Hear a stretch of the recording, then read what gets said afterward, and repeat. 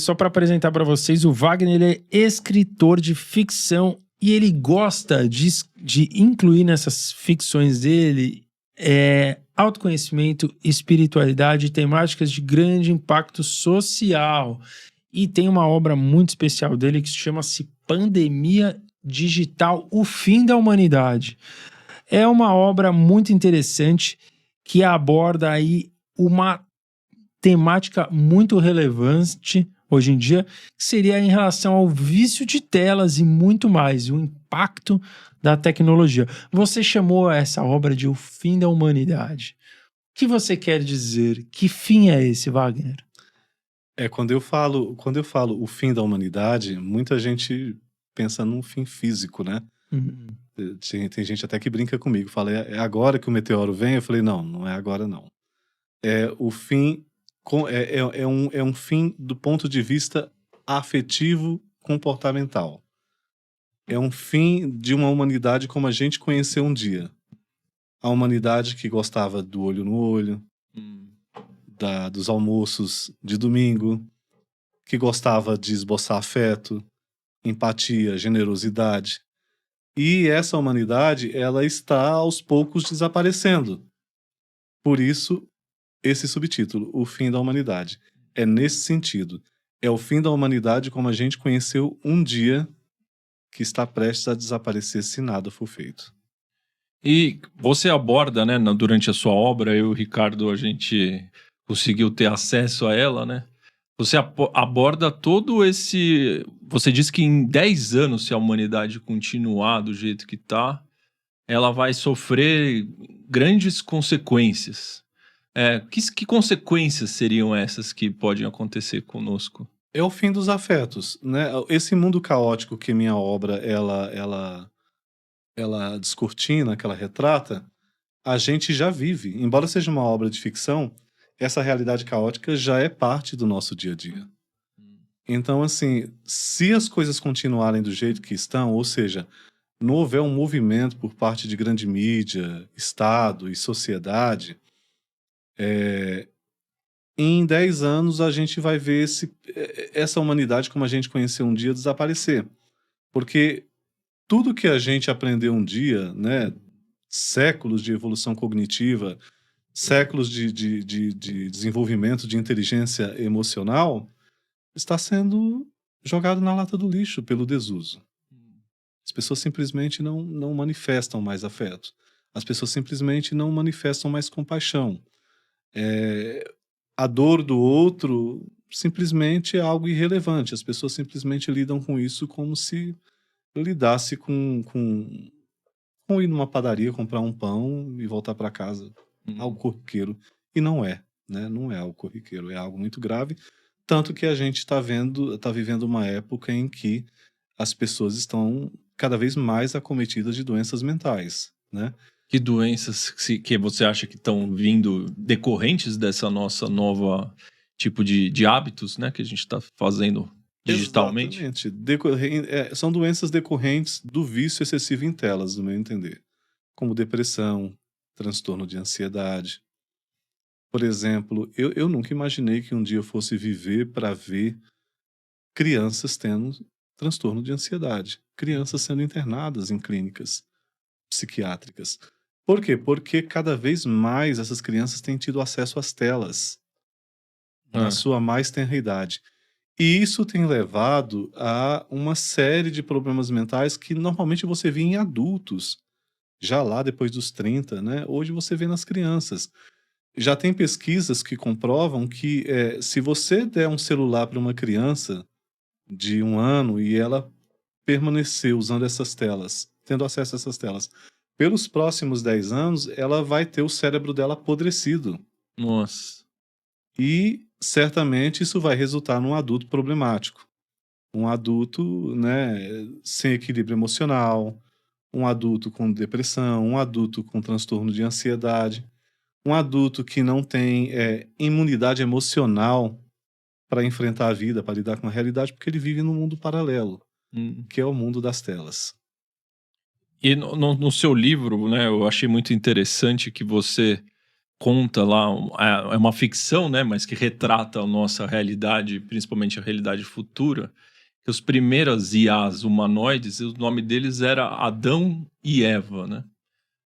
Se você puder contar o porquê que você escolheu esses nomes, né, que referem à criação também do ser humano, né, de acordo com a Bíblia, por que foi essa escolha e qual era a mensagem que você estava passando com isso para as pessoas? Na verdade, foi proposital, né? A escolha do nome Adão e Eva foi para representar um novo Gênese cibernético. Uhum.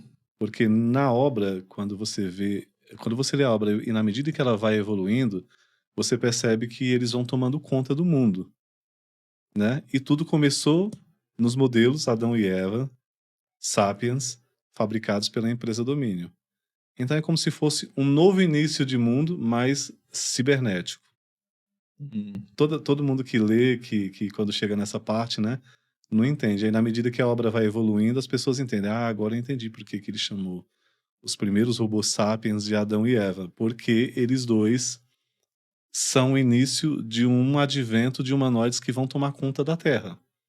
Que vão tomar conta das empresas, das repartições públicas, né, das famílias. E é o que acontece na história, né? Chega um momento que eles tomam conta de tudo. A IA tomando conta da humanidade, realmente. Exatamente, por meio dos robôs humanoides. Né? Eles começam a tomar conta... Quando eles começam a ser desenvolvidos pela Domínio, na história, que é a empresa que criou esses robôs humanoides, eles começaram sendo 30% do quadro. Mas eles viraram uma febre mundial tão grande que em pouco tempo eles se tornaram 70% do quadro. E só 30% do quadro da Domínio passou a ser de seres humanos.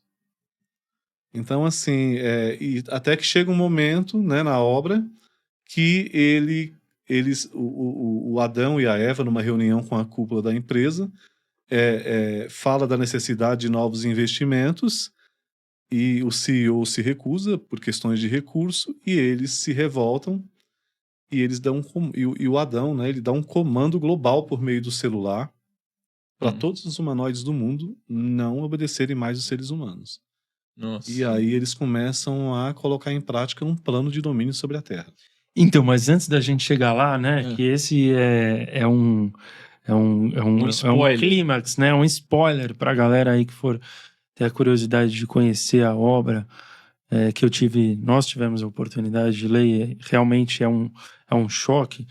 A gente estava falando das doenças, né, que o contato com as telas podem trazer, né, e na sua obra é muito interessante, você aborda que a saúde pública vai ter uma transformação, né, não é só a questão do autoconhecimento das pessoas que vão se distanciar do afeto e se conectar com as telas, mas também terá um impacto de saúde pública e na relação de que teremos novos campos de estudo e tratamento para doenças que virão relacionadas a essa tela. De onde você tirou essa ideia? Essa ideia é com base em leituras que você acompanha ou são ideias pessimistas ou talvez otimistas, né, do que vai acontecer no futuro? Realistas. Ou realistas, Na verdade, parte das doenças que eu menciono na minha obra de ficção, elas já existem, né? Muita gente desenvolve depressão, transtornos de ansiedade, por conta do uso exagerado das telas. Mas tem coisa lá, por exemplo, como as alterações do DNA humano. Exato. Né? A esquizofrenia digital. Esquizofrenia digital, Isso. Perfeito. Isso são doenças que ainda, que por enquanto está só lá no campo da ficção, ainda não foram comprovados cientificamente no mundo real se de fato elas existem, né? Mas tem uma tendência, né, Mas tudo aponta para uma tendência. Que alterações seriam essas do DNA humano que a gente pode esperar para o futuro? Olha, se de fato estudos científicos comprovarem que de fato esse vício em tela está alterando o DNA humano, a história fala de pessoas que já nascem com uma esquizofrenia congênita. Já nascem. Já nascem com esquizofrenia congênita. A criança que nasce, por exemplo, que é filho de um colega da Hannah, que é a protagonista, ele não responde mais aos estímulos diretos dos pais. Né? Você tem um bebezinho, você brinca com ele ri, ele Exato. interage com você. Ele não responde a esses estímulos. Aí o que é que os pais têm que fazer? Tem que se gravar Gravar um vídeo deles mesmos deles falando. mesmo brincando e colocar diante do bebê para o bebê interagir.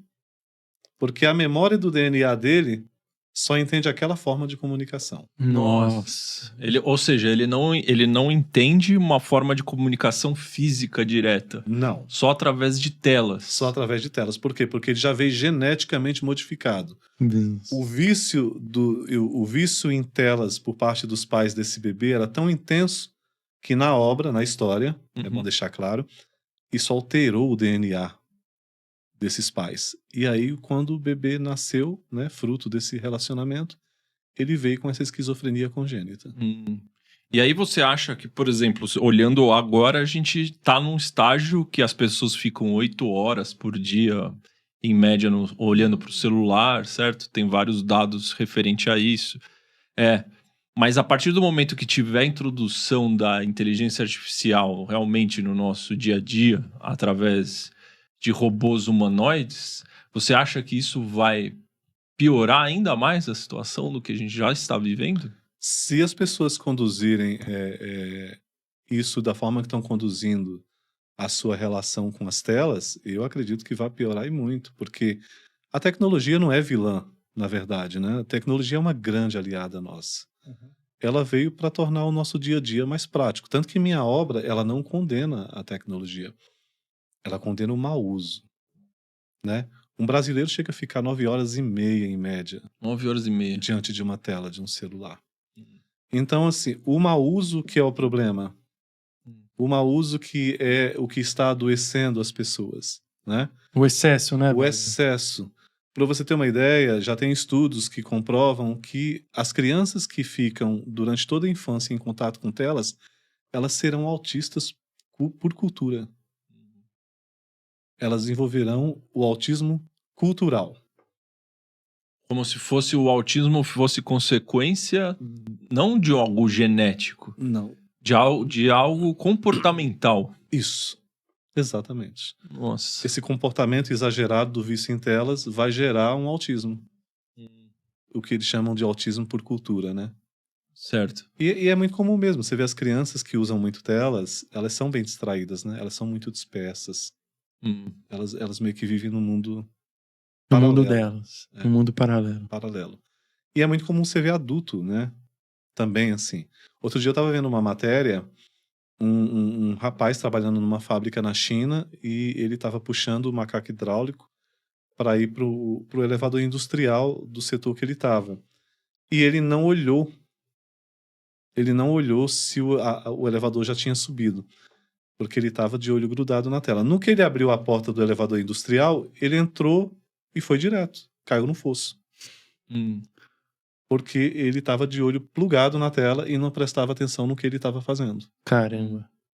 Enfim, custou uma vida, né? Infelizmente. Então, mas aí eu te faço uma pergunta, Wagner. Se a tecnologia, ela, por natureza, não é maléfica em sua essência, por que é que nós estamos usando ela de uma maneira que nos traz todos esses prejuízos?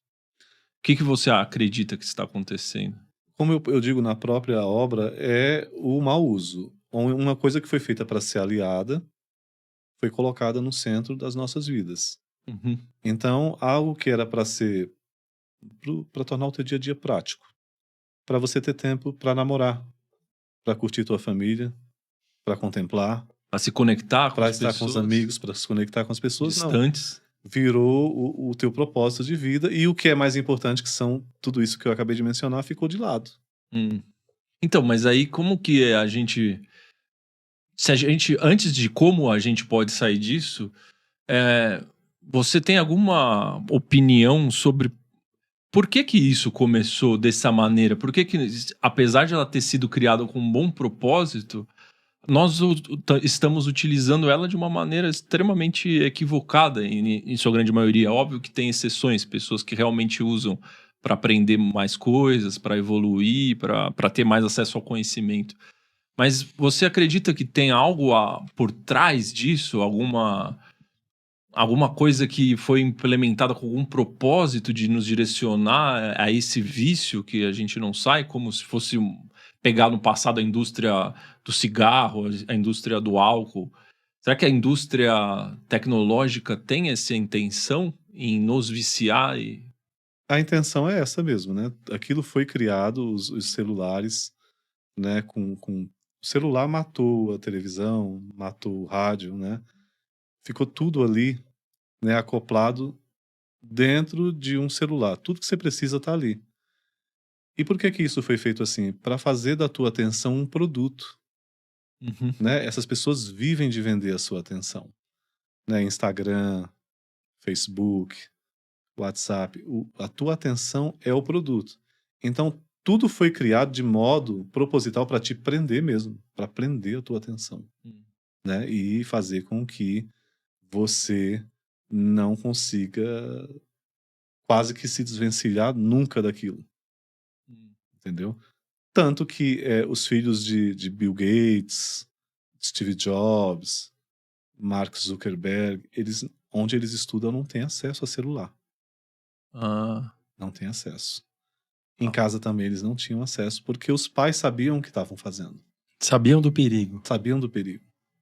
Entendeu? tem consciência. Eles têm consciência, tanto que eles colocaram os filhos em escolas que não proíbem o uso de telas, né? E eles também não deram telas para os filhos quando eles eram ainda crianças, né? Porque eles sabiam do perigo. Hoje, Uhum. tanto que a gente vê aí hoje, né? O quanto isso tem sido devastador para as famílias.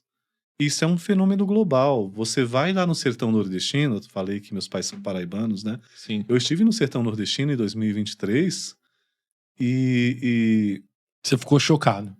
é a mesma coisa, é a mesmíssima coisa. É todo mundo na mesa, cada um com celular, Mesmo no sertão. mesmo no sertão. Você anda pelas ruas, antigamente eram as famílias se reuniam nas calçadas à noite para bater papo.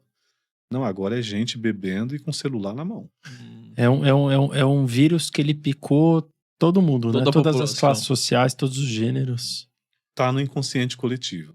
Então, É aí um fenômeno global. eu achei legal porque você mostrou para nós que algumas pessoas como Steve Jobs, Mark Zuckerberg, grandes personalidades do mundo, têm essa consciência, né? E aí você tem uma frase que você fala que o mundo está simplesmente ruindo e a maioria das pessoas fingindo que nada está acontecendo. Eu tenho a mesma visão que a sua. Eu sinto a mesma coisa. Parece que o mundo está ruindo e você olha para o lado e as pessoas estão agindo. O Titanic está afundando lá, né? E o pessoal tocando violino. E falou, pô, mas como assim vocês estão tocando violino? Por que você acha que as pessoas estão nesse estado de inconsciência sobre essa ruína mundial? Eu não acho que seja um estado de inconsciência. Eu acredito que a maioria negligencia. Você fez uma bela analogia com o Titanic, né? O iceberg tá lá. Tem gente falando, olha, a gente vai bater. Não, imagina. Nada disso, não existe. É o que está acontecendo. As pessoas sabem que elas estão adoecidas. As pessoas sabem que as relações delas estão prejudicadas. Mas elas querem mergulhar mais fundo nesse poço. Para só depois, quando não tiver jeito, né? Elas tentarem fazer o caminho de volta. O ser humano tende a isso. Né? Tem gente que eu falo que não basta chegar no fundo do poço. Tem que cavar. Tem que cavar mais, para ir mais fundo. Para depois a pessoa se dar conta de que ela foi longe demais na escuridão que ela escolheu estar e fazer o caminho de volta para a luz. Mas, assim, conversando com as pessoas que leem minha obra ou sobre essa questão do vício em telas, elas têm consciência de que isso está destruindo. Está destruindo as famílias, está destruindo os relacionamentos, está acabando com o psicológico das crianças, né? Enfim, está adoecendo a humanidade e elas estão negligenciando. Ah, vamos empurrar com a barriga. Quando a água bater na bunda, a gente vê o que faz. Né? E é assim que o ser humano funciona, infelizmente. É como se você estivesse no alto de um hotel, de um resort, e você vê o tsunami vindo lá no horizonte, você grita, gente, corre, corre que vem uma onda gigante, vai matar todo mundo. Os caras olham pra você e falam assim, esse cara é doido. Um dia lindo É desse, assim mesmo. né? Céu azul, lugar paradisíaco. O que esse doido tá delirando? Deixa eu voltar aqui pro meu celular, deixa eu fazer minha selfie, que eu tenho que aproveitar o dia. É uma falsa felicidade, parece, É. né? Que o ser humano se acostumou, né? Nós estamos em busca de uma felicidade que não é verdadeira, a felicidade natural do ser humano. Na verdade, o ser humano vem buscando uma necessidade doentia de parecer feliz. Então ele tira uma foto na frente de um carro, que muitas vezes não é nem dele, né? E ele joga lá nos stories com um sorriso de orelha a orelha para passar a impressão de que ele está muito bem, de que ele está muito feliz. Isso é muito comum, muito comum. Outro dia eu vi lá no escritório que eu trabalho, eu estava na parte térrea do prédio na hora do almoço e tinha uma moça que trabalha no outro setor da empresa que eu trabalho e ela viu um carro muito bonito parado, um carro importado. Aí ela resolveu fazer uma selfie. Ela fez um sorrisão muito bonito e a selfie pegou o carrão de fundo. E é assim que ela bateu a foto, ela fechou a cara, entrou no elevador e voltou para a vida dela. É um auto-engano muito grande, né? Porque isso não é felicidade, né? Isso são recortes. E geralmente a maioria desses recortes não nem representa o cotidiano da pessoa, o que ela realmente vivencia ali no dia a dia, né? Às vezes foi um flash de um momento que ela pegou, tirou a foto, fez o recorte para vender a ideia de que ela tá muito feliz, que ela é descolada, que ela aproveita a vida. O importante é parecer para os outros que é feliz, né? Não parecer para si mesmo, né? Exatamente, é uma necessidade muito grande de parecer feliz. Hum. A maioria tá pouco se importando efetivamente as pessoas, né, se ela realmente é feliz, se ela realmente está satisfeita com a vida que tem. Ela quer parecer, porque ela quer palco, ela quer, né, ela quer like. E Aí aquilo dá uma dopamina ali de curto prazo, ela vai se enganando e se enganando. exatamente, dá uma dopamina barata, né? Aham. Deixa a pessoa eufórica. Aí depois tem aquele efeito rebote, né? Bate aquela melancolia. Aí a pessoa vai em busca de novo de mais uma dopamina barata. E assim vai se desenvolvendo o vício, né? Vira O um vício em ciclo. telas. Vira um ciclo vicioso. E as pessoas começam a se viciar nessas dopaminas baratas. E isso pode levar, inclusive, a pessoa à bipolaridade, né? Ela começa a ficar oscilando muito entre euforia e mania.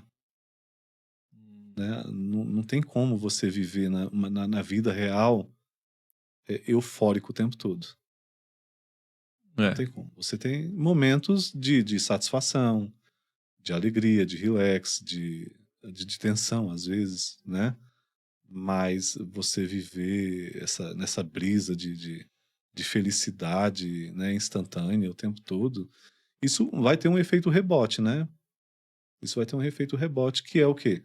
Que é oscilar entre essa euforia e a melancolia. E aí o resultado é Aquela vida instável, né? Desequilibrada. exatamente isso para levar a pessoa para um quadro depressivo, né? Um transtorno bipolar. É daqui para ali. E olhando pro passado, você que já tem lá mais do que seus 40 anos, né? Não vou perguntar a sua idade aqui para não ficar chato, né? Mas você já viveu boa parte da sua vida sem as telas, certo? A minha dúvida você acha que realmente o ser humano ele já tinha essa predisposição a ter Vício. esse vício de querer encontrar a alegria em algo diferente, igual essa moça que tirou a foto com o carrão atrás, né?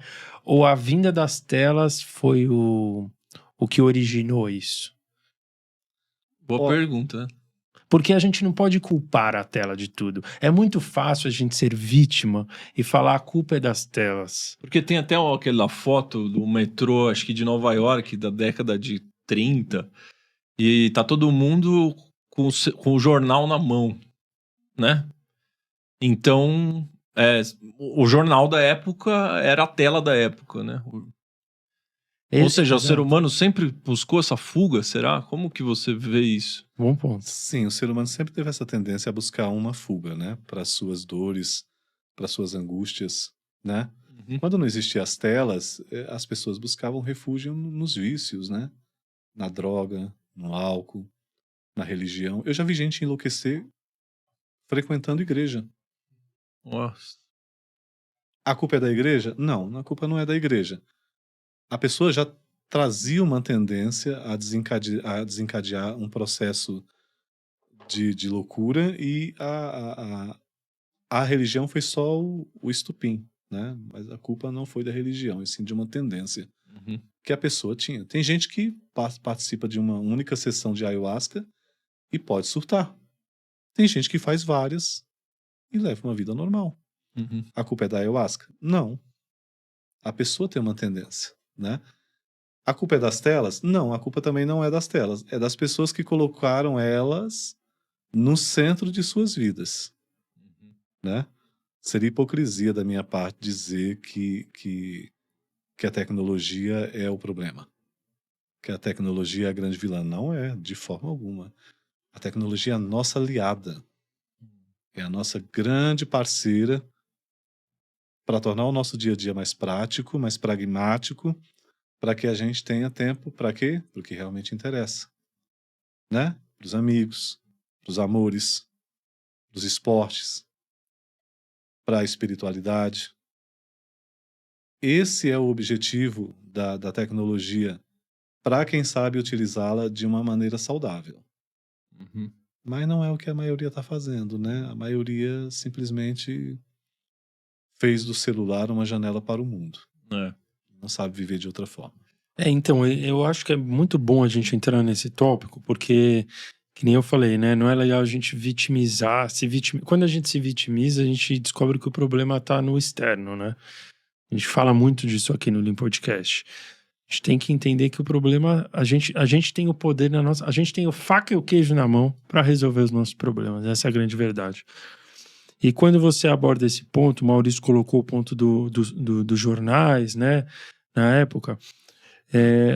O grande problema na minha visão, eu queria saber a sua, é em relação aos limites, né?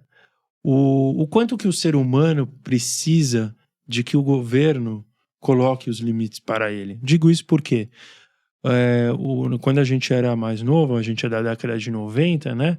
O cigarro era propaganda de status, né? Então, pô, fume que você vai ter um status legal. Tinha alpinista fazendo propaganda de cigarro. A Marlboro, Fórmula né? 1, Marlboro era patrocinadora do Ayrton Senna. Então, assim, o esporte era ligado ao fumo, uma coisa que é totalmente inviável hoje em dia, né? Coerente. Até que chegou o governo e proibiu isso. Hoje em dia, a nossa geração, ela fuma muito menos do que a geração dos nossos pais. Então, o meu ponto é, será que o ser humano vai conseguir ser capaz de impor o limite a si mesmo? Ou ele vai precisar sempre que uma instituição Externo. aplique esses limites? Eu acredito que o ser humano ele é capaz de se colocar esse próprio limite, né? Mas ele precisa ter, o respaldo de campanhas de conscientização. Sabe o trabalho de formiguinha? Sim. Como você mesmo comentou, né? Exatamente. Você lembra quando o Drauzio Varela falou assim que fez campanha contra o uso de cigarro em ambiente fechado? Uhum. Ele praticamente foi crucificado, Sim. né? Hoje é o contrário. Se você entrar dentro de um restaurante, de um ambiente como uma danceteria, por exemplo, Um avião. um avião, e você fumar, você corre o risco de ser linchado, porque ficou tão comum não fumar em ambiente fechado que as pessoas introjetaram aquilo, né? Como sua cultura de vida, e hoje não precisa mais ninguém ficar repetindo, olha, não fume em ambiente fechado. Né? Por quê? Porque todo mundo já introjetou isso e ficou natural. A mesma coisa precisa ser com relação ao vício em telas. Precisa haver um trabalho de formiguinha que una governos, grande mídia, sociedade, olha, menos tela, mais conexões reais, né? Menos tela, mais vida real, né? E mostrar as pessoas deixando as telas um pouco de lado, indo correr no parque com um amigo. Mostrar uma pessoa deixando um celular em cima do sofá e indo comer com a família, né? Um adolescente largando a tela no quarto e correndo para a piscina para nadar com os primos. É isso que falta, né? Tem que incutir isso de novo no inconsciente coletivo, porque isso entrou em desuso. As pessoas simplesmente não veem mais sentido, não veem mais graça nisso. E isso é saudável, né? A gente é uma espécie feita para o convívio, né? Para se relacionar, para troca. E as pessoas simplesmente desaprenderam. Desaprenderam isso. Mas eu vou colocar um ponto aqui, tá? Quando a gente falou, você falou das grandes mídias, né? A mídia, ela tem um papel fundamental nesse papel de conscientização, certo? Agora, quando a gente fala de telas, as telas, elas estão aí para quê? Para serem a ferramenta de consumo nosso, certo? O mundo hoje em dia ele é guiado por uma ferramenta de consumo. A gente está toda hora sendo bombardeado por informações, propagandas e por aí vai. A mídia tem um papel. Ela gosta disso, certo? Então, como que a mídia vai ser a ferramenta de conscientização de algo que para ela faz sentido? Daí vem o ponto que a gente fala muito aqui de governos ocultos. A matrix que nós estamos inseridos. E dentro dessa matrix, a mídia tem um papel fundamental. Então, assim, eu entendo o seu lado, eu gostaria que fosse dessa maneira, como foi com o cigarro, com o álcool, com drogas ilícitas, mas eu vejo que a tela, eu não tenho essa esperança. E olha que eu sou o mais esperançoso da dupla aqui. Ele é o mais otimista. Entendeu? O que você acha em relação a esse quesito da mídia com o papel dela nessa matrix que a gente vive e se isso muda a sua visão? Eu acredito que a mídia não vai querer colaborar com isso agora, não. Porque existem questões de interesses comerciais, né? Eles não vão querer mexer nisso agora. Mas vai chegar um momento em que essa situação vai fugir tanto do controle, né? Vai virar um problema sério de saúde pública, que, querendo ou não, vão ter que fazer alguma coisa. Concordo. É isso que eu ia falar. Eu acho que... Será que a gente só vai tomar alguma atitude quando realmente acontecer quase uma catástrofe mundial, né? Igual a sua obra, O Fim da Humanidade? Será que a gente vai ter que passar por uma catástrofe igual os personagens lá passaram?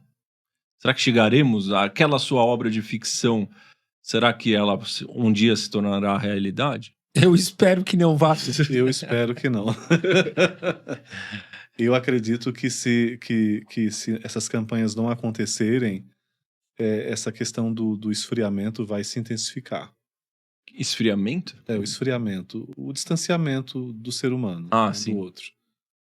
O esfriamento vai aumentar, a intolerância vai aumentar, né? A agressividade vai aumentar. A gente já percebe muito isso hoje em dia, né?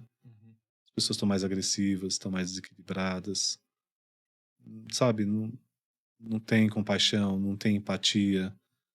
Eu acredito que quando isso piorar mesmo, pra valer, aí alguém vai se mexer.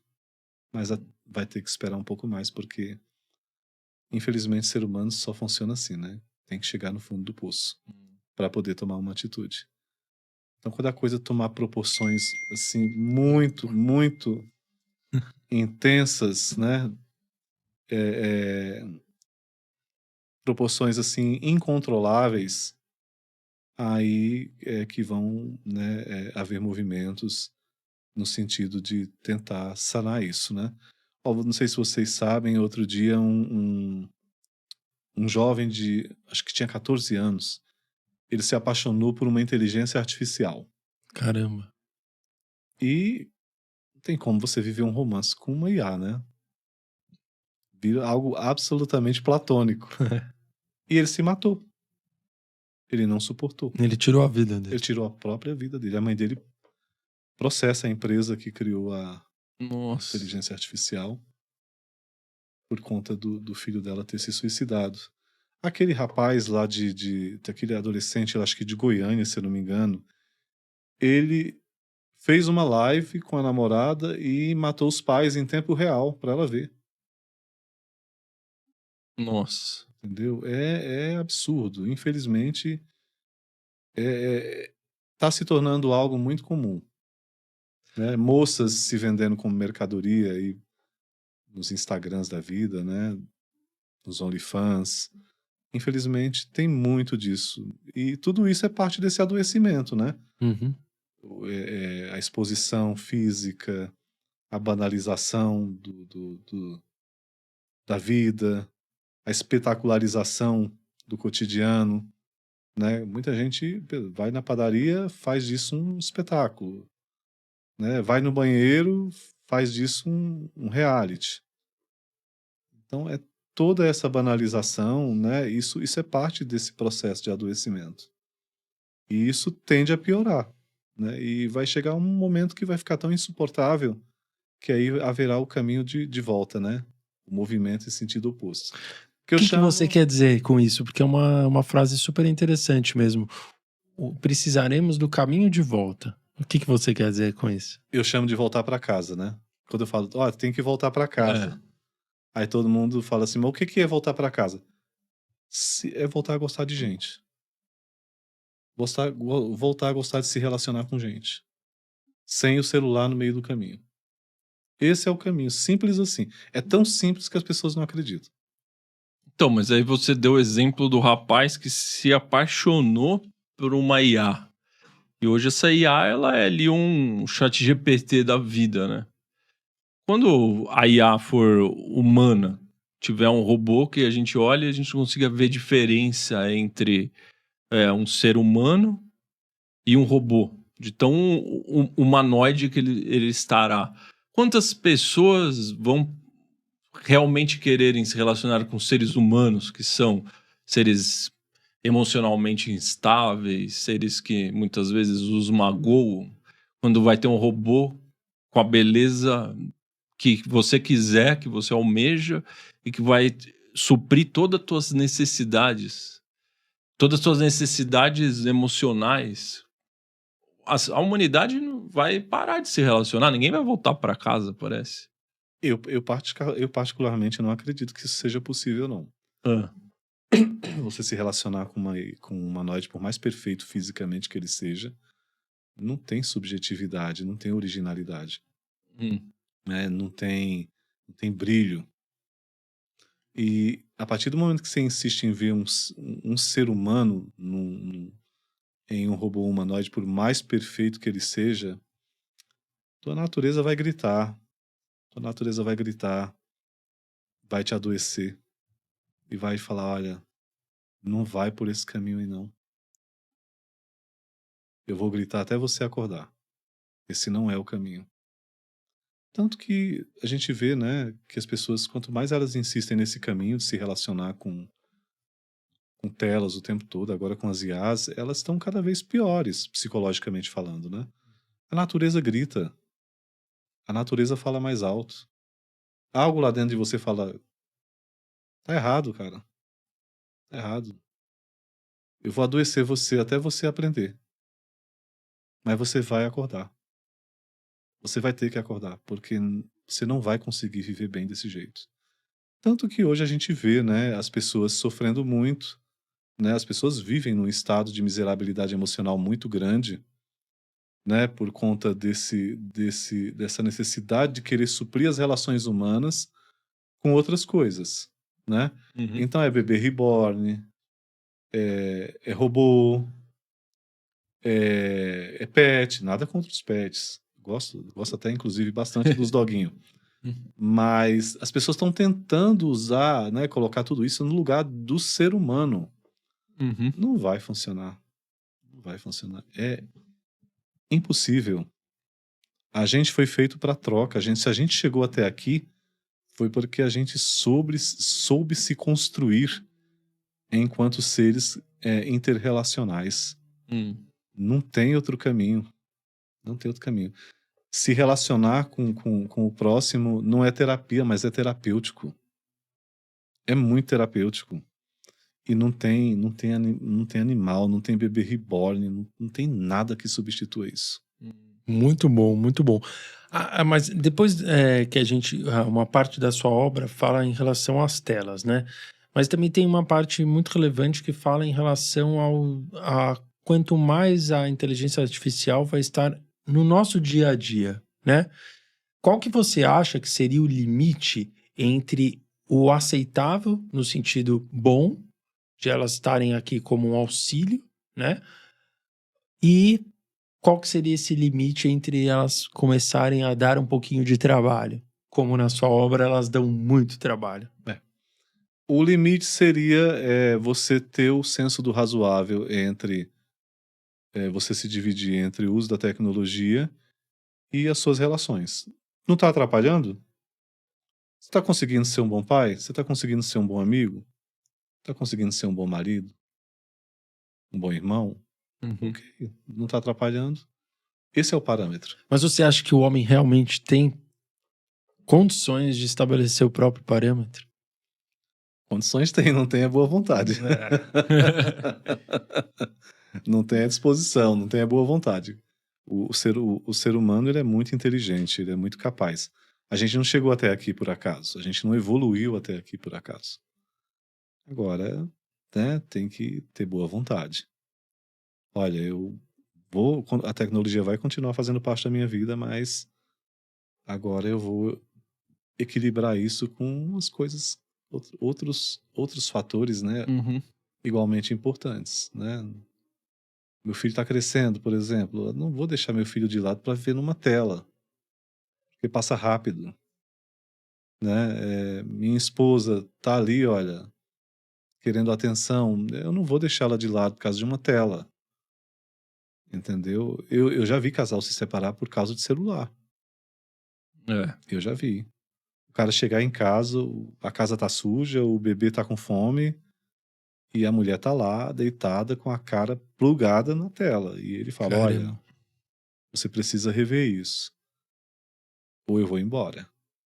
E aí, um belo dia, ele chegou e viu aquele cenário de caos, ele passou a mão no moleque e foi embora. Caraca. Foi embora. E aí, o que é que ela fez? Ao invés dela ter tomado a atitude que ela tomou antes, ela tomou depois. Ela pediu pra mãe dela internar ela. Internar ela. De tão viciada que ela De tava. tão viciada que ela tava. Aí a mãe dela internou ela numa clínica psiquiátrica. Por causa de telas. Por causa de telas. Ela abandonou tudo. Ela abandonou o marido, ela abandonou casa, filho, tudo. A vida dela era tela. Igual uma droga mesmo. É igual uma droga. Mas vicia mesmo. Parece ter um imã, né? Que você tenta desgrudar a cara da tela, mas você tem algo que traga você. Né? Se você não tomar cuidado, você leva até pra cama. Você Leva tá mesmo. lá deitado de lado e tá com a cara. Eu faço isso. Eu já fiz muito isso, viu? Você já fez? Já fiz muito isso. Só que eu me policio hoje. Eu já fiz muito isso. Tava afetando meu sono. Eu tinha pesadelo. Uma vez eu lembro que eu tive um pesadelo muito, mas muito ruim. Eu sonhei que eu estava dormindo de barriga pra cima e um ser que estava no teto me olhando, ele caía do teto sobre mim e me sufocava. Nossa. Foi uma sensação horrível. Mas não foi nada espiritual. Foi fruto da má qualidade do sono que eu tinha por conta de levar o celular pra cama e ficar até 1h30, 2h. Aí eu parei. Aí, nossa, melhorou assim 90%. Como que é a sua relação hoje com a tecnologia, com as telas? É equilibrada. Eu gosto, uso bastante, até mesmo por conta do meu ofício, né? Como escritor, eu tenho que estar em evidência. Mas eu não deixo de priorizar o que realmente importa, né? Que são as pessoas. Então, eu adoro almoçar dia de domingo, cercado de gente querida. Gosto de mesa farta, sabe? Bem posta. E comer bem, cercado de gente bacana, de boa conversa. Isso é maravilhoso. Isso faz, assim, você encerrar o teu domingo com chave de ouro. Então, o seu caminho para você sair desse vício foi começar a se policiar. Simplesmente isso. Eu começar a me policiar, simplesmente isso. Ah, Porque eu não estava tendo qualidade de vida, né? Meu sono estava péssimo e isso estava me deixando um pouco acelerado. Porque a internet, ela deixa você acelerado. Né? É um mundo paralelo, né? é. Ele é muito rápido. Eu falo que quando você entra no mundo virtual, é como brincar de Deus. Você vai onde você quer.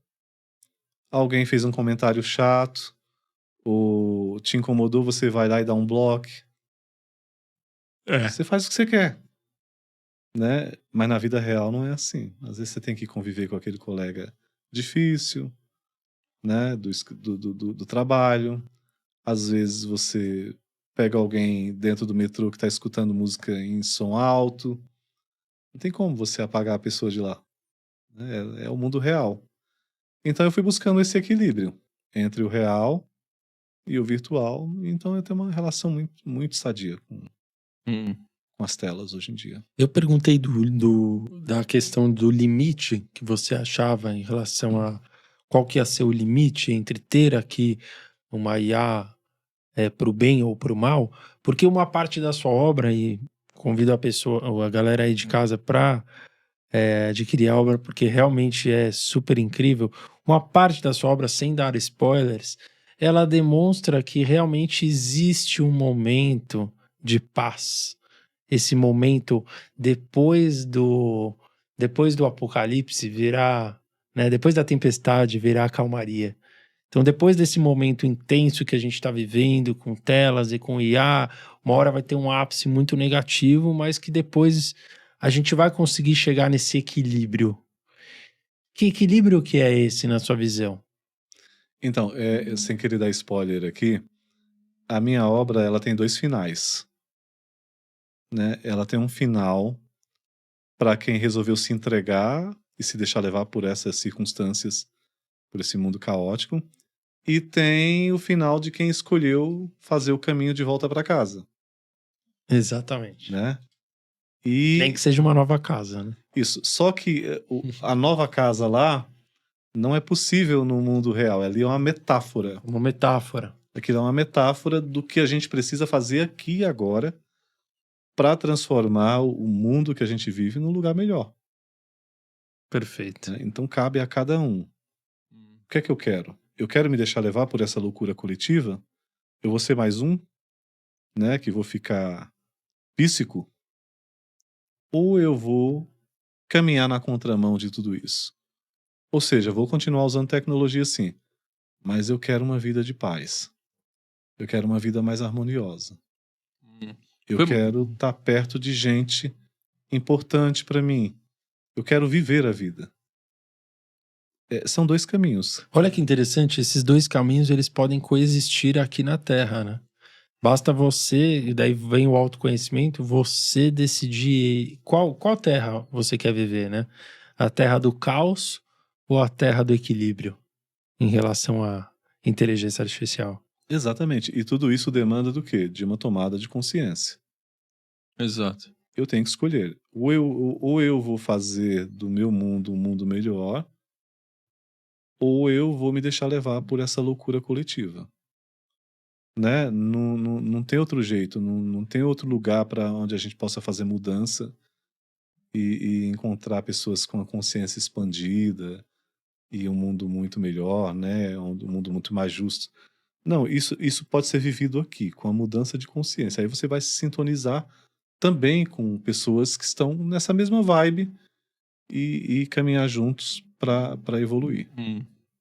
Foi mais ou menos esse caminho que você passou quando você tinha seus 13 a 20 anos, que você estava na Umbanda, e aí você percebeu que não era esse caminho? Por que você percebeu que o teu caminho não era estar sendo umbandista e que você tinha que trilhar o seu caminho na espiritualidade por conta própria? Quando eu fui umbandista dos meus 13 aos meus 20 anos. Uhum. E ali eu percebi que eu não servia para ter religião.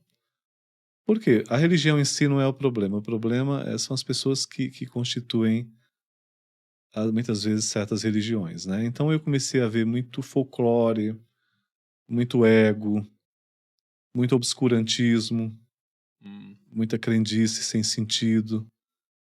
E embora eu fosse muito imaturo, algo dentro de mim gritava, né?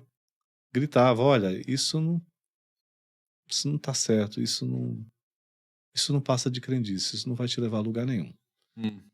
E aí, quando eu completei 20 anos, eu resolvi escolher um caminho de evolução, viver uma espiritualidade mais independente. E olha, foi uma excelente escolha, Hum. porque eu só aprendi muito, muito nesses últimos 30 anos da minha vida. Eu falo que a gente é o nosso livro a ser lido, o nosso caminho a ser seguido. A resposta para tudo está dentro de você. Hum. Eu tenho uma frase que diz assim: o segredo está dentro de nós. Você é o seu livro a ser lido, o seu caminho a ser seguido. Se a natureza o fez como fez, foi porque isso se fez necessário para que você se torne quem precisa ser. Pô. E essa máxima tem sido o meu mantra, meu modo de vida nesse caminho de evolução. E realmente, olha,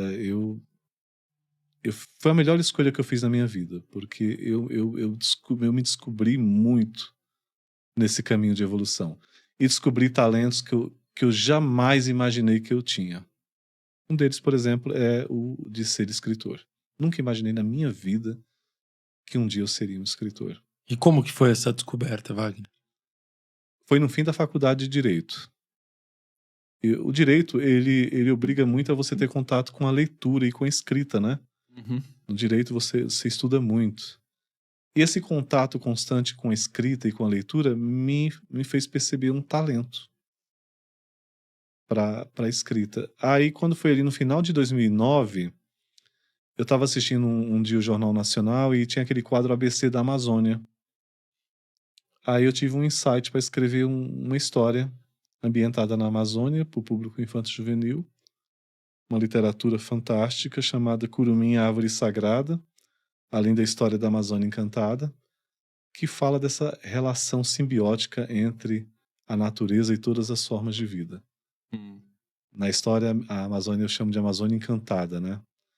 E é o primeiro de uma coleção de 7 histórias, 7 contos, ambientados na Amazônia para esse público infanto-juvenil. Que legal.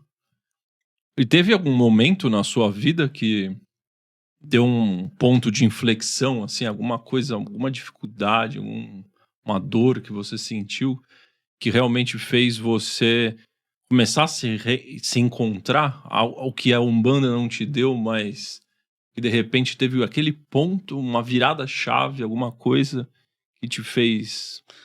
Na verdade, tudo começou com a morte do meu pai. Hum. Meu pai morreu, eu tinha 11 anos. E eu morri com meu pai os primeiros 10 anos. Você morreu. Eu morri por dentro, né? Vamos dizer Sim. assim. Eu morri com ele os primeiros 10 anos. E eu tinha uma necessidade muito grande, já com 11 anos de idade, de estar próximo de pessoas sábias. Uma necessidade de conhecimento muito grande. Uma sede de conhecimento muito grande. Porque eu precisava sair daquilo. Sair daquela luto. Daquele luto, daquela escuridão que eu vivia.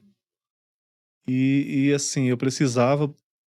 Eu venho de uma família muito simples, então eu não tive esse suporte dentro da família.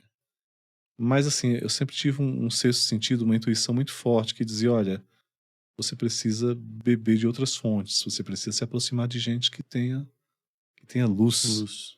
Cole nessas pessoas. E foi assim que eu fui fazendo. E aí fui tendo essa sede de conhecimento, fui querendo entender as grandes questões da vida. E assim eu fui aos poucos saindo dessa escuridão para a luz, né? E sempre estudando, sempre interessado nessas questões da metafísica. Acompanhei o Gaspareto, o filho da Zíbia, por mais de 16 anos. Um grande professor de vida e consciência para mim. Marcelo também, um grande terapeuta. O Legrazi. Esses professores, né, entre tantos outros, que eu encontrei ao longo do meu caminho, que só somaram né, Uhum. a minha vida em termos de conhecimento, de clareza. Teve algum momento que você teve alguma revelação espiritual? Alguma coisa que você realmente se sentiu conectado a um plano superior, a Deus? Eu sempre tenho, assim, essas conexões muito fortes com a espiritualidade, né?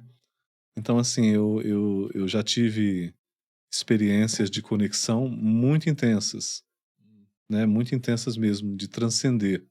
Como foram? Se você puder compartilhar? Então, por exemplo, eu, quando me iniciei em meditação transcendental, Hum. né? Eu transcendi no primeiro dia, na primeira prática. Nossa. E eu senti realmente como se eu tivesse indo para uma outra dimensão. Tamanho foi o êxtase, né? E também, assim, já tive muitos sinais de que a espiritualidade sempre está me acompanhando, né? Por exemplo, eu tive um relacionamento e eu quase mudei de estado.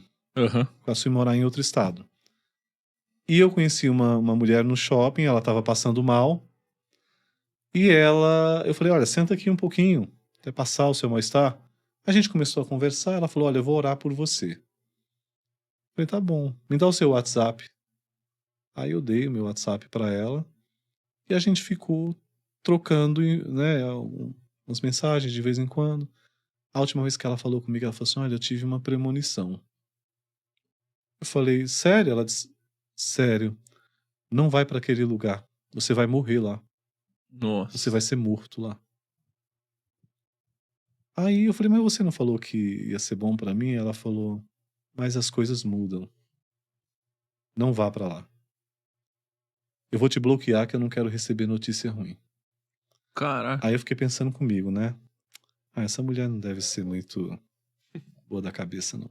Não dá muita confiança porque ela tá falando, não. Deixa ela pra lá. Aí um belo dia eu tô no meu quarto trabalhando. Meu irmão entra, pálido, pálido feito essa luz desse softbox. Sim. Ele falou pra mim assim, você conhece uma mulher chamada fulana de tal? Eu falei, conheço. Ele falou, ela acabou de passar aí na frente. Eu tava entrando na garagem, ela acenou de longe pra mim, fazendo assim, espera. Aí quando ela se aproximou de mim, ela falou assim, você conhece um tal de Wagner? Ele falou, conheço, é meu irmão. Falar pra ele não ir pra aquele lugar. Ele vai morrer lá. Nossa. Detalhe, ela não sabia onde eu morava, ela não conhece ninguém da minha família e ela nunca passou antes na porta da minha casa. Nossa. Ali eu entendi que realmente existia um sinal da espiritualidade, falando, olha, não vai. Não vai. E aí você não foi, né? Eu não fui. Mais claro do que isso. Impossível, né? Do que desafiar a morte Como é que assim uma é pessoa vem difícil. parar Né? na porta da tua casa, sem saber onde você mora, sem conhecer um familiar teu, e aborda justamente o teu irmão e fala, ó, você conhece fulano de tal? Fala pra ele ir pra aquele lugar não, hein, que ele vai morrer lá. Acho que ela percebeu que você não acreditou, né? Eu acho que ela leu meu pensamento, né? É. Acho que ela pensou, desse cara tá me chamando de doido, mas eu vou provar pra ele que eu não sou doido. É. Nossa.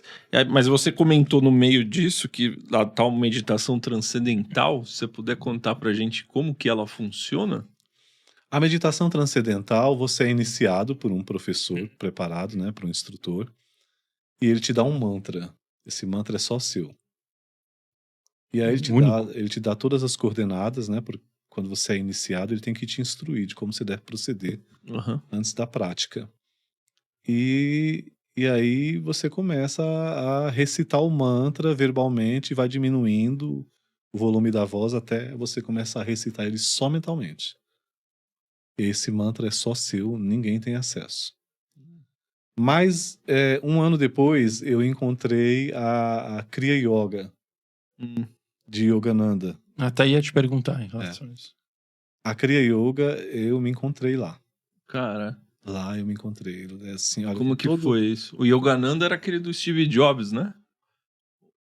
A autobiografia, não era? Da autobiografia de um De um yogi. yogi. Isso, eu sou da linhagem dele. Ah, legal. O meu mestre vem da linhagem de Yogananda, que é Paramahansa Prajnanananda e Paramahansa Hariharananda. Ah, Eles vêm dessa linhagem de Yogananda, de Lahiri Mahasaya, né?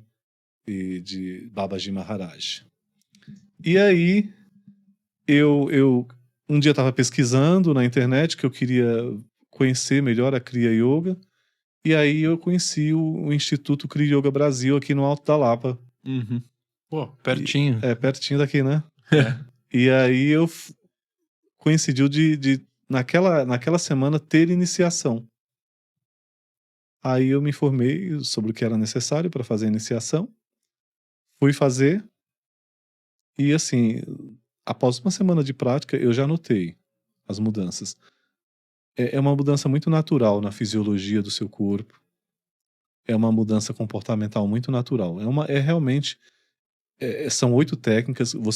Quando você praticar, o ego vai falar, olha, isso aí não serve para nada, não. 8 técnicas. São 8 técnicas muito simples, mas você, depois que praticar, você fala, meu Deus, como é que pode uma coisa tão simples Nossa. surtir tanto efeito? Faz efeito no ego. Faz efeito no ego, faz efeito na fisiologia, o seu corpo funciona melhor, você dorme melhor, Uhum. as emoções, né, elas ficam mais equilibradas e você fica mais lúcido, né? Então, portanto, menos iludido com o ego. Você pode mostrar pra gente como funciona? Tem como a gente fazer algo? Essas técnicas, elas têm que ser passadas de mestre para discípulo. E você não pode fazer elas publicamente, só com os iniciados. Não Entendi. pode. É mais uma técnica de meditação ou é uma técnica de yoga mesmo? Chama-se Kriya Yoga porque uma das técnicas ela envolve posturas, asanas. Mas ela é uma técnica de meditação que acelera a sua evolução espiritual. Né? E Que vem de Yogananda, certo? Que vem de Yogananda. E ela acelera a sua evolução espiritual. Né? Ela elimina karmas e, consequentemente, melhora a sua saúde física, porque ela trabalha muito a questão da fisiologia. Né? Só que a iniciação só pode ser passada por um Yogacharya, que é um mestre preparado para isso. E lá a gente assume o juramento de não compartilhar isso com quem não é iniciado. Nossa, por que será que é assim? Tem algum motivo? É uma digamos assim, uma política, né, entre mestres e discípulos para que a coisa não seja distorcida. É o que devia ter com a galera que usa tela. Já tem que ter uma política, né? Exatamente. Não pode usar tanta técnica. Tela assim. Exatamente. Você vê, ele tá respeitando a técnica. Eles pedem, né, no dia que a gente faça o juramento de não revelar. E o que te chamou mais atenção no Yogananda? Por que você foi atrás dele? Como você conheceu a história dele e tal? O que eu gosto do Yogananda e da Kriya Yoga de maneira geral é a simplicidade das coisas. Eu não gosto de nada que tenha muita firulagem, sabe? Muito salamaleco, muito embromation, muito floreamento. E lá é assim. É um lugar despretensioso, sem ego, sem vaidade. Um lugar que foca na meta da evolução. Lá, se você for lá no Ashram, você vai ver pessoas dos mais variados tipos. Onde é o ashram deles? Aqui no Alto da Lapa. Ah, é mesmo? Na rua Curuzu 154. Ele falou... Então, mas eu não achei que o ashram era aqui também. É aí. E lá o foco é na meta. Então você vê gente lá de todas as culturas, de todas as idades. Gente aparentemente, vamos dizer assim, mais politicamente correto, gente mais exótica, mas todos chegam lá, é recebido com o mesmo carinho, com a mesma atenção, com o mesmo respeito, entendeu? E se você for lá hoje, for iniciado e não quiser voltar lá nunca mais, você também não será cobrado por isso. Você pode ir para sua casa, fazer a sua técnica e ser feliz. E se você voltar lá daqui a 10 anos, eles não vão perguntar por que você ficou 10 anos sem ir lá. Entendi. Eles não têm ego, realmente. Não. É tipo uma filosofia, né? O foco é na meta mesmo, é na evolução. Você acha que eles conseguiram dissolver o ego, como falam nas iniciações? Eu acredito. Eu acredito, principalmente o Swami Shivarananda, que é o Swami fixo desse ashram, né? Ele é uma pessoa muito desprovida de ego. Muito, muito, muito desprovida, assim. É um ser de luz mesmo que está aqui entre nós, sabe? Realmente é um cara... Que é bem difícil, né, a gente conseguir nós que não somos tão evoluídos assim, porque pegando no gancho das telas, eu acredito muito que a gente vive esse mundo virtual, de redes sociais, né, de fingir que somos felizes para os outros, porque isso tudo está relacionado ao ego. Então, se a gente quisesse tratar o problema das telas, seria simplesmente, se as pessoas resolvessem um problema com o ego delas, aquela coisa até perderia o sentido, né? O seu mestre, provavelmente, para ele, não faz o menor sentido ele postar uma foto num lugar bacana, num restaurante bacana para ele. Fazer a selfie do carro lá, aquela assim. selfie do carro, né? De forma alguma. Para ele, isso é só mesmo institucional, sabe? Uhum. Ele faz o vídeo dele lá, falando sobre algum mestre, postou lá, pronto, acabou. Ele volta para a vida dele, para as práticas dele, para os trabalhos sociais do ashram. E ele tem um ego já muito, muito bem disciplinado, né? Porque o ego, ele é um filho, né? Que você tem que saber discipliná-lo. Tem que estar a favor da sua essência. Pra gente disciplinar o ego, o que a gente tem que fazer? Ele tem que trabalhar de acordo com a tua essência. Ele tem que ser fiel à sua verdade. Se o teu ego é mundano, você sofre. E porque ele está a serviço do mundo. Quando ele está a serviço de quem realmente você é, da sua verdade, aí ele tá educadinho, tá bem disciplinado. E para encontrar essa verdade, como que foi passado para você? Como foi seu caminho, assim? Se você puder falar para as pessoas isso. Para mim, a felicidade, ela rima com verdade. Então você precisa saber quem você é e pagar o preço de ser fiel a isso. Ter a coragem de que isso não vai agradar a todo mundo, né? Mas pagar o preço. Porque é a tua verdade, é a tua essência. E quando a tua personalidade, o teu ego, no caso, né, está a serviço disso, né, você tem bem menos inquietações, bem menos perturbações, digo do ponto de vista psicoemocional, né? Geralmente a pessoa que sofre muito, o ego dela está muito a serviço do mundo, né? Ela quer agradar, ela quer ser aceita, ela quer fazer o que está na moda, ela quer ser tudo e todos. E aí a alma, né, a alma grita, ela fala, não é por aqui não. E se você insiste nisso, você adoece. Como se desse uma briga entre alma e ego dentro de um ser humano. Isso. Na verdade, o ego, ele tá em sintonia com o mundo e não com a sua alma. Então aí vai haver um conflito, né? Do teu ego com a tua essência, tua alma. Mas aí, você acha que as pessoas sempre sabem que elas são, mas elas tentam relutar contra aquilo? Ou precisa de um exercício para realmente descobrir quem elas são? Precisa de praticar autoconhecimento. Eu recomendo todo mundo meditar. Para mim foi a melhor coisa que eu descobri na vida. Você medita com frequência? Medito. E aí, através da meditação, você começou a descobrir quem você realmente era? Na verdade, eu já tinha descobrido antes. A meditação aprofundou isso. Ela aprofundou porque aí você vai dissolvendo as ilusões, né? Cada vez mais. E aí vai ficando tudo mais claro. Mas, assim, o autoconhecimento é fundamental para a sua evolução. Você precisa saber quem você é. E construir a tua verdade, a tua história de vida, as tuas relações em cima disso. Né? E não o contrário. Tem gente que constrói a sua história de vida em cima de ilusões, né? Do que o mundo dita como correto, como padrão de felicidade. E não adianta, isso não vai funcionar. Aí é que tá, o mundo dita isso através das telas. A grande mídia dita isso através das telas.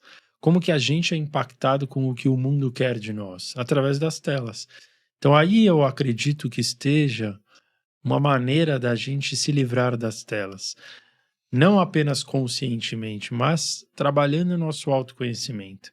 Quanto mais você trabalhar o seu autoconhecimento, mais você vai perceber que você precisa menos delas. Que elas Então, são um mecanismo de controle. como trabalhar esse autoconhecimento, né? Esse que eu penso, eu concordo com tudo isso e muitas pessoas falam pra caramba isso. Você tem que trabalhar o autoconhecimento, você tem que descobrir quem você é. Só que ninguém fala como descobrir. É, Além de ver o Lean Podcast e de ler a obra, Pandemia como digital, como descobrir seria? quem você é? Como, se você pudesse falar para as pessoas na sua visão, como fazer isso? Porque você disse que você descobriu antes da meditação, né? Como que uma pessoa que quer descobrir, quer praticar o autoconhecimento, mas se a gente conseguir falar de uma maneira mais visceral e menos metafórica, como que a gente pode fazer isso, na sua opinião? Na minha opinião, você precisa olhar para dentro de você e conhecer os teus gostos, as tuas vocações, o teu temperamento. Esse é o caminho. É você saber como você funciona. Eu prefiro lugares tranquilos? Ok. Eu vou procurar mais estar com pessoas em lugares tranquilos, né?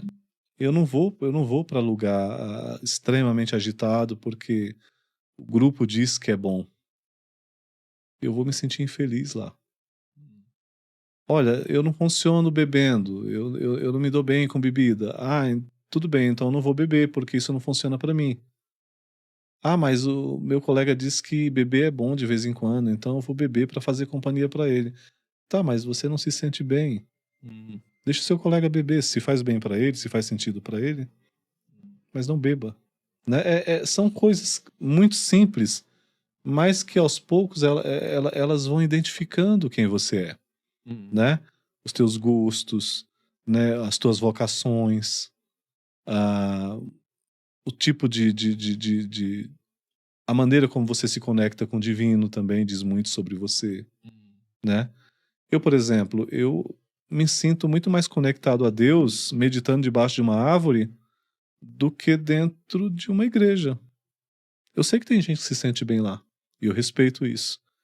Mas eu me sinto bem eu me sinto mais próximo de Deus quando eu estou na natureza, que para mim é a maior expressão de Deus.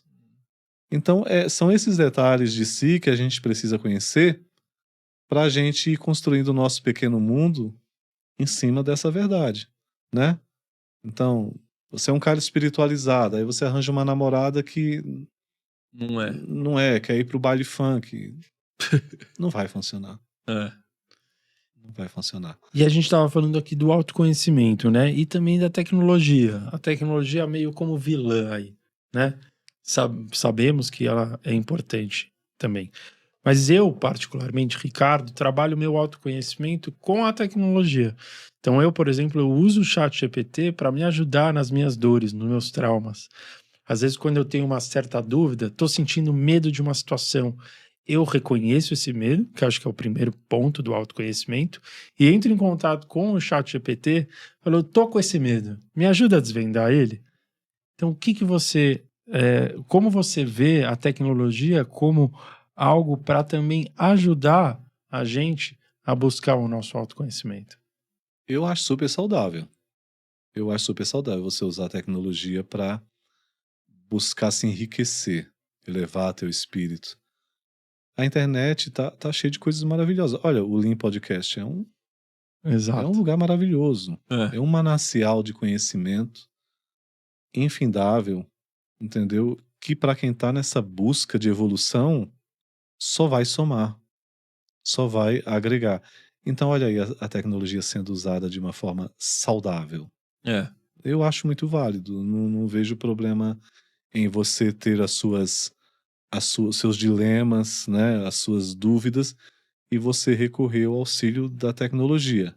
Claro, você não vai se limitar só a isso. Você vai pegar aquela ferramenta que te foi proporcionada, né, pela tecnologia e vai se lapidar com base naquilo que você colheu em termos de conhecimento, né?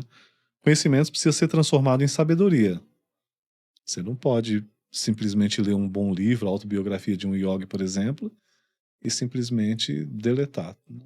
Vou lapidar, eu vou elaborar isso em mim, eu vou digerir isso psicologicamente e Colocar em prática. colocar na minha vida de algum modo. Então, mas sobre essa opinião, eu também acho que é muito válido a gente se abrir, e não importa que seja. O que eu quero colocar assim, será que a gente se abre com a máquina ou com o ser humano, né? Nessa questão que você estava falando.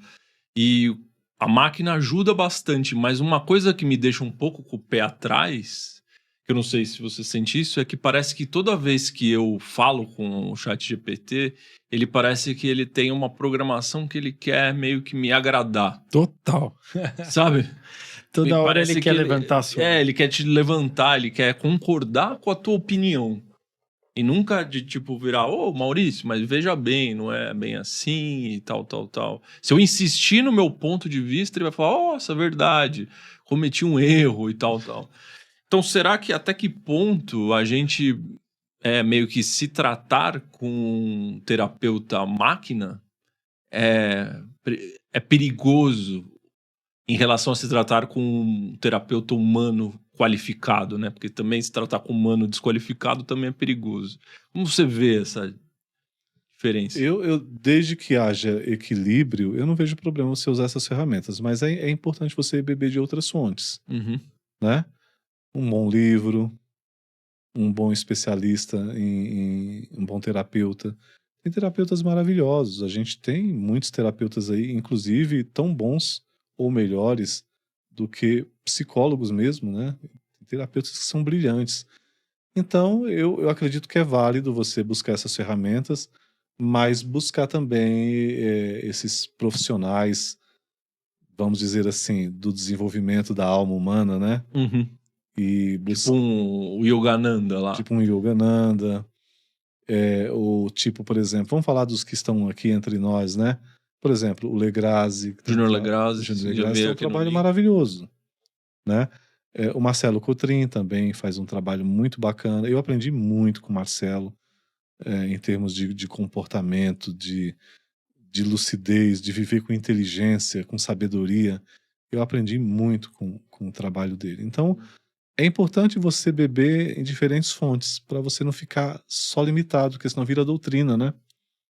Vira Sim. doutrina, aí complica, né? Porque aí fica aquela coisa dogmática.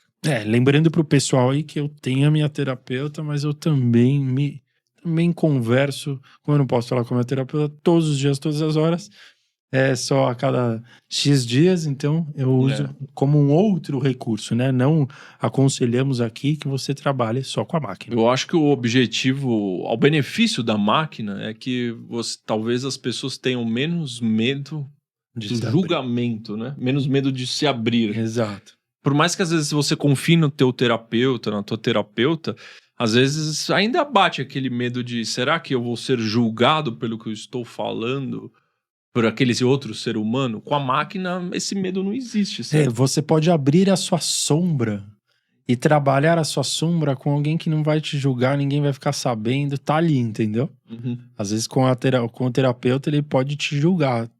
Talvez tenha um julgamento aí, talvez seja um aliado. Por isso que eu falei, você respondeu muito bem, beber de várias fontes, né? Exatamente. Essa questão do julgamento é muito característico do ser humano, né? É chato, porque ninguém esteve dentro da tua experiência, né? Ninguém passou pelo que você passou. Simplesmente está vendo de fora, e quando você vê a situação de fora é muito fácil, né? Formar uma opinião. Eu prefiro não julgar. Eu aprendi muito isso com a vida, sabe? A não julgar.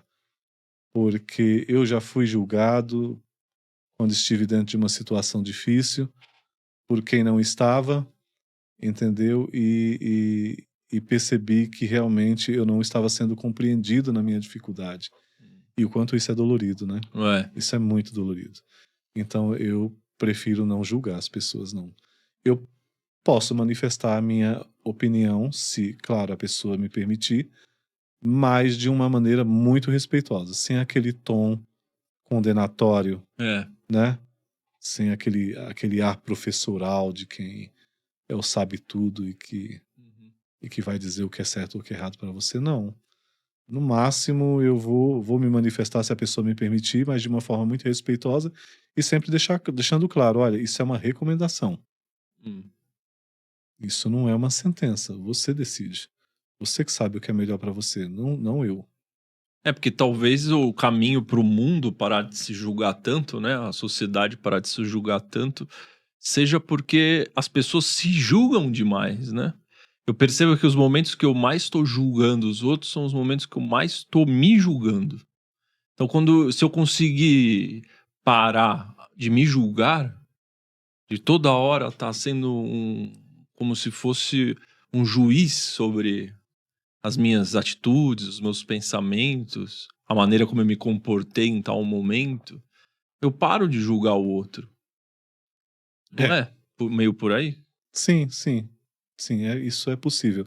Mas eu acredito que o julgamento, às vezes a pessoa confunde julgamento com uma constatação, né? Quando a gente fica mais experiente, quando a gente fica mais intuitivo, a gente aprende a ler as pessoas. E as pessoas dão sinais, né, de que podem nos prejudicar em determinadas situações. E a gente precisa, né, formular a nossa opinião sobre essa pessoa. Nem que seja só pra gente, né? Mas isso pra mim é fruto de uma constatação, Hum. né? Você de repente sai ali na rua, vê um vizinho, vê uma pessoa na rua num comportamento suspeito. Você fala, olha, essa pessoa tá tendo um comportamento estranho. Pra Eu você não- mesmo, você fala. Isso pra você mesmo. Pode não ser um assaltante, mas por via das dúvidas eu vou me prevenir, né? Por quê? Uhum. Porque você está fazendo uma leitura de um comportamento suspeito. Então, nesse sentido, né, julgar eu acho saudável, não vejo problema não. Eu penso que julgar é mórbido, é cruel, quando eu não entendo a tua dor. Tá passando por uma depressão e fala pra mim que tá se sentindo incapacitado de cuidar da tua vida, do teu trabalho, da tua rotina. E eu falo pra você, olha, isso é frescura, isso é doença de rico. Isso é doença. Tem um monte de gente aí, rapaz. Olha, tu vi um cara ali, sem a perna, E tá vivendo a e tá vida. vivendo a vida. Deixa de ser um ingrato, né? Você é ingrato, entendeu? Vai lá nos defeitos da face pra você ver. Mas não tem sentido essa comparação, entendeu? Por mais que a gente respeite a dor do outro, por mais que a gente seja, né, tenha compaixão com a dor alheia, o teu sofrimento é teu. Mas ninguém tem, né, compaixão com o sofrimento do outro. A maioria não tem, não. Eu sempre falo isso, quando uma pessoa, por exemplo, se ela quebrar a perna, ela for parar no hospital, ou tiver alguma coisa física, visível, aí a família, os amigos vão tudo lá no hospital, acolher, vai levar flor, chocolate, vai falar palavras bonitas. Só que se ela tá em depressão, é como se ela tivesse com as duas pernas dela quebradas, só que ninguém tá vendo. E ninguém tá lá falando, poxa, vem cá, deixa eu dar um acolhimento, né? Exatamente. Que era o que deveria ser feito, né? Porque é uma situação tão incapacitante quanto é, por exemplo, quebrar uma perna, dependendo do grau de uma depressão, Exato. né? E só que para você entender isso, você precisa ter uma lucidez, né? Ter uma lucidez, uma Ou ter passado por uma depressão, né? Que gera também, empatia. também, mas ter lucidez, ter sabedoria, porque quando você tem uma certa lucidez, você tem uma certa bagagem, você já olha para o outro de um jeito diferente. Você não olha com olhos de juiz, não.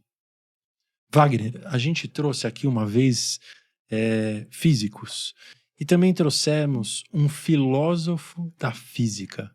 É uma pessoa que filosofa sobre as teorias da física. Algo muito incrível. Ele falou pra gente que a próxima revolução será a revolução da consciência. É algo que a ciência ainda não conseguiu, né, entender como que funciona a nossa consciência. Na sua visão, que a gente está trazendo aqui, abordando a sua obra, que existe um futuro próximo onde teremos humanoides, né? Humanos com IA, tecnologia, convivendo junto com nós humanos.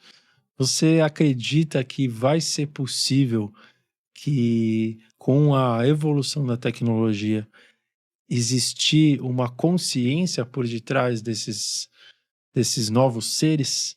Ou isso ainda é algo que vai ser a única diferença, a única coisa que vai distinguir nós humanos dos seres, os humanoides, o Adão e Eva, como você descreveu? Olha, eu não duvido, viu? Do jeito que as coisas estão evoluindo, eu não duvido que isso seja possível. Mas eu acredito que para um humanoide chegar num nível de consciência de um indivíduo, tem um caminho longo aí. Tem um caminho longo. A gente é muito mais do que um corpo, né? Do que uma mera subjetividade. A gente é um ser em evolução, né? Eu acredito muito nisso, que a gente é um espírito em evolução constante, né? E dependendo do teu grau de evolução, essa consciência, ela tende a se expandir cada vez mais. Então eu acredito que um ser inanimado, para chegar nisso, tem um caminho muito longo, se isso acontecer.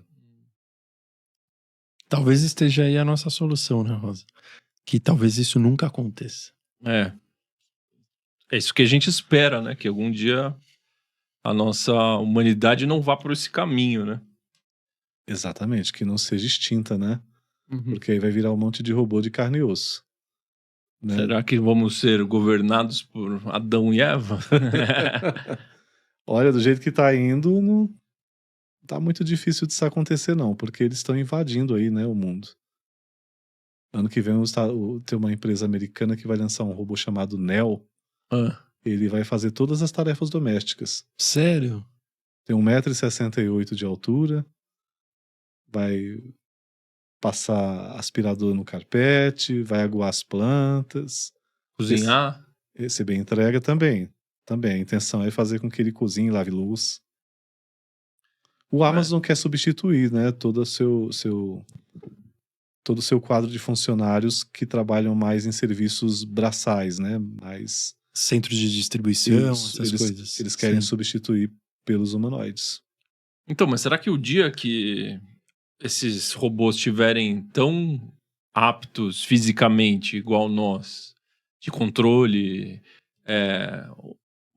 manual das coisas, e além disso eles forem mais inteligentes e mais fortes, porque eles são os robôs, qual trabalho vai existir para o humano? Por que alguém colocaria um ser humano para fazer, mesmo que for um cargo de gerência, um cargo de CEO de uma empresa? Se aquele robô vai ser muito mais inteligente, por que um humano tomar as decisões, né? E não o robô? Exatamente. Eu vejo isso como uma possível ameaça, sabe? Eu vejo isso como uma possível ameaça à humanidade. Porque se esses humanoides chegar nesse nível de evolução, que utilidade vai ter o ser humano, né? Vai acabar sendo extinta, porque a espécie não vai se reproduzir mais. Esses robôs, eles vão se autorregular, né? Já tem robôs que carregam a própria bateria. Ele percebe quando a bateria tá nas últimas, ele vai lá, tira a bateria e coloca nova e segue a vida. Entendeu? Eu sou a favor do equilíbrio, que existam essas tecnologias, que elas vão poder nos ajudar em muita coisa, mas eu não sou a favor de que o ser humano seja totalmente substituído. Porque o Elon Musk até fala de uma renda universal, né? O dia que chegar nessa situação de que não vai ter mais empregos para humanos, vamos ter que ter uma renda universal. Ele fala, inclusive o Bill Gates fala de que vai chegar um momento que o ser humano vai ser quase que totalmente desnecessário para tudo. Para coisas de trabalho, né? De trabalho. Então, mas aí eu tenho uma visão... Por um acaso, eu tenho uma visão otimista em relação a isso. Ô, louco, o Rosa com uma visão otimista.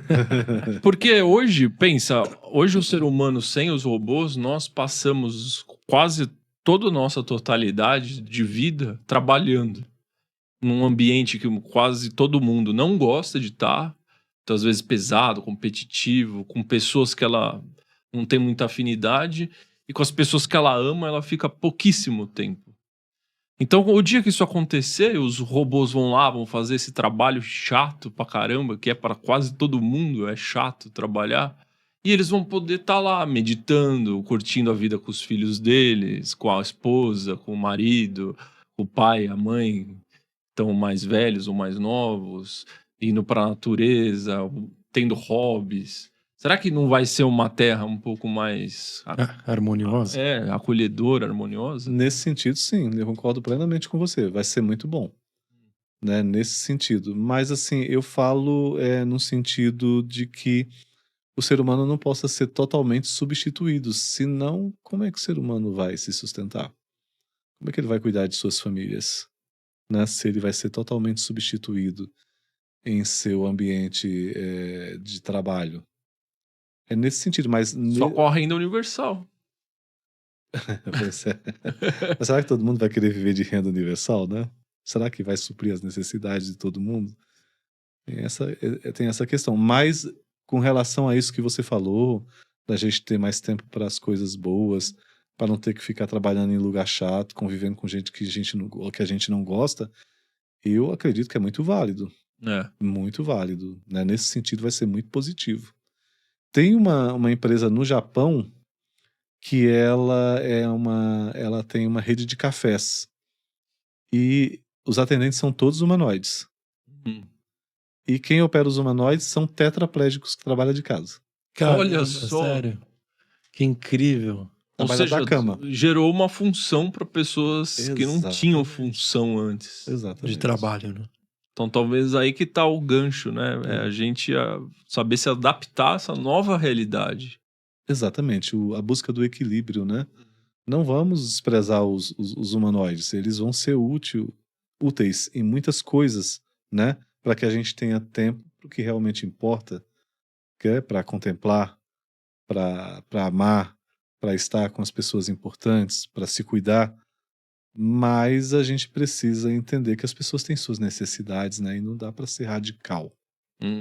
Dá para vir com tudo assim e provocar um choque econômico na vida das pessoas, de modo que isso vai comprometer a sua subsistência, né? É nesse sentido que eu falo que é importante que haja esse equilíbrio, né?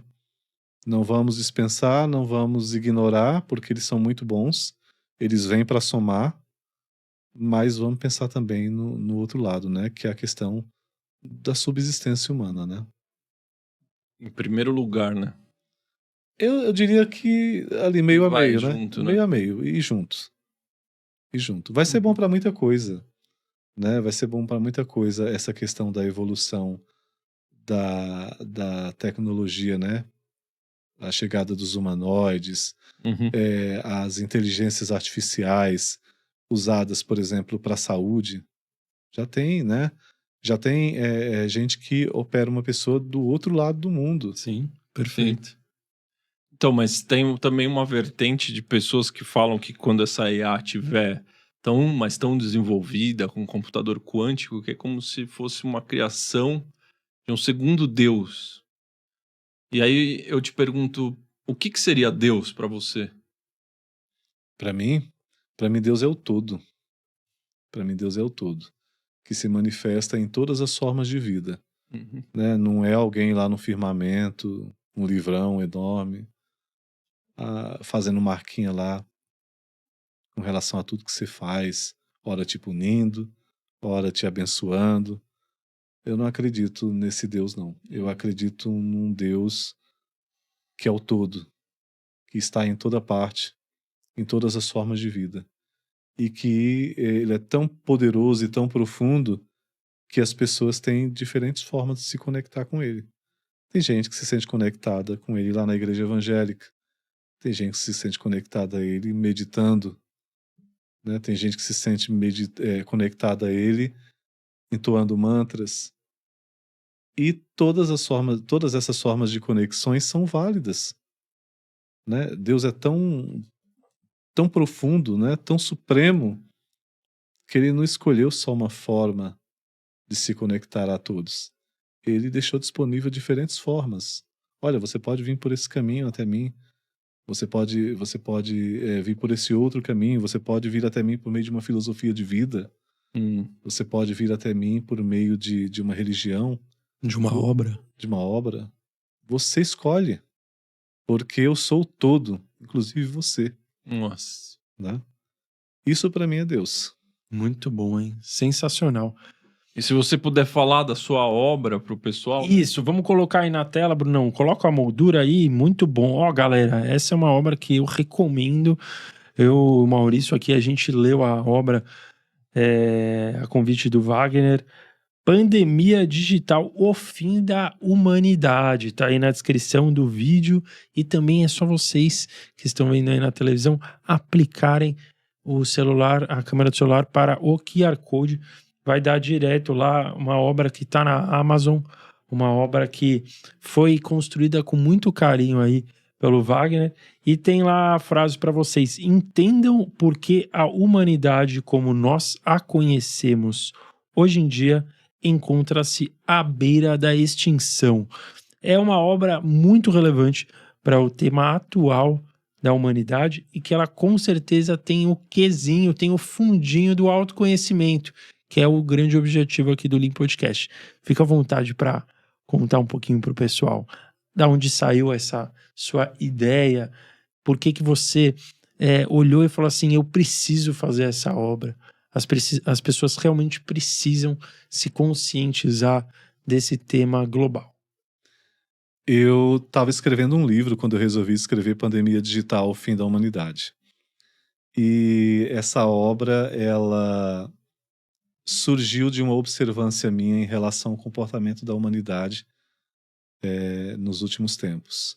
O distanciamento das pessoas, o esfriamento nas relações humanas, a falta de interação entre as pessoas me fez ter inspiração para escrever essa obra que fala de uma humanidade que se encontra doente. É uma obra de ficção, mas que fala de uma realidade muito presente nas nossas vidas, de uma humanidade que está doente porque desaprendeu a se relacionar, desaprendeu a manifestar afetos, a manifestar princípios e valores como empatia, compaixão. E aí eu tive essa inspiração para escrever essa obra, e é uma obra de ficção ambientada aqui em São Paulo, e que fala desse adoecimento da humanidade, das sociedades do mundo inteiro por conta do vício em telas de celular e agora nas inteligências artificiais. A obra é de ficção, mas a temática é muito real e eu tenho certeza que vai ser uma obra muito inspiradora para quem ler. Eu recomendo que vocês venham conhecer essa obra, venham conhecer Pandemia Digital, o fim da humanidade, até para vocês entenderem tudo o que está acontecendo hoje no mundo e poderem se blindar disso. Não se deixar levar por essa loucura coletiva que o mundo hoje vive. Muito bom, isso aí, galera. A gente super recomenda. É uma obra super gostosa, aquela leitura gostosa, assim. Eu, sinceramente, eu li fácil de ler, muito rápido, assim. Uma delícia, foi um passatempo. Foi legal que a gente foi conversando, né? Eu fui te dando os feedbacks, assim. Então, assim, a gente super recomenda, pessoal. Pandemia Digital, o fim da humanidade. A capa ali do livro, ela dá uma noção, né, do que pode vir à tona se a gente não se conscientizar de que existe um equilíbrio. Existe um equilíbrio de a gente utilizar as telas, da gente estar em contato com a tecnologia, e que a gente sabe que todo mundo que assiste o Lean tem uma consciência, né? Tem uma consciência diferenciada. Vocês sabem isso e vocês devem notar isso com as pessoas que vocês convivem. Então é um papel nosso da gente dar esse primeiro passo, né?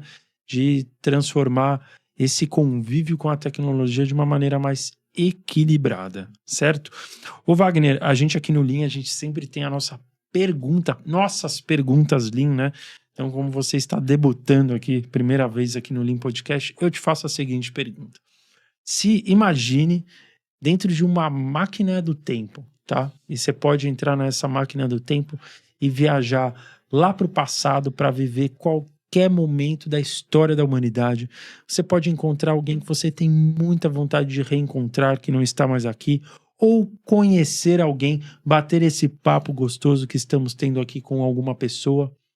Ou você também pode entrar e ir lá para o futuro para ver se não chegamos nesse caos digital. Você entraria nessa máquina e iria para onde?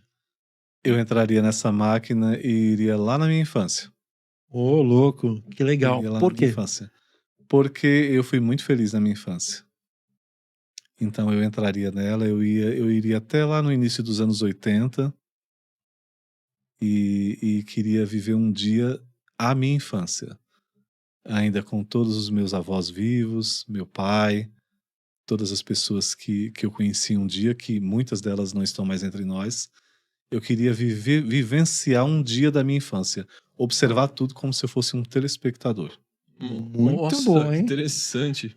Você não queria estar lá na tua pele. Não, eu Você queria observar. Eu queria observar, assistir. Assistir você naquele momento. Isso. Por quê? Nossa, Você quer muito isso? lindo. Porque eu queria ver as pessoas que eu conheci. Como se eu estivesse assistindo um filme, uma novela. Nossa. Eu tinha, se eu tivesse esse privilégio de entrar nessa máquina do tempo, eu queria ir nessa situação. É uma ideia de um novo livro. Exatamente, é uma ideia de um novo livro, hein? Interessante, Por falar em novo gostei da livro, ideia. Por falar em novo livro, vou dar um spoiler aqui em primeira mão para o Lean Podcast. Claro. Eu pretendo lançar um outro livro com essa pegada de ficção científica e distópica, chamada Bitcoin, Operação Reset Econômico.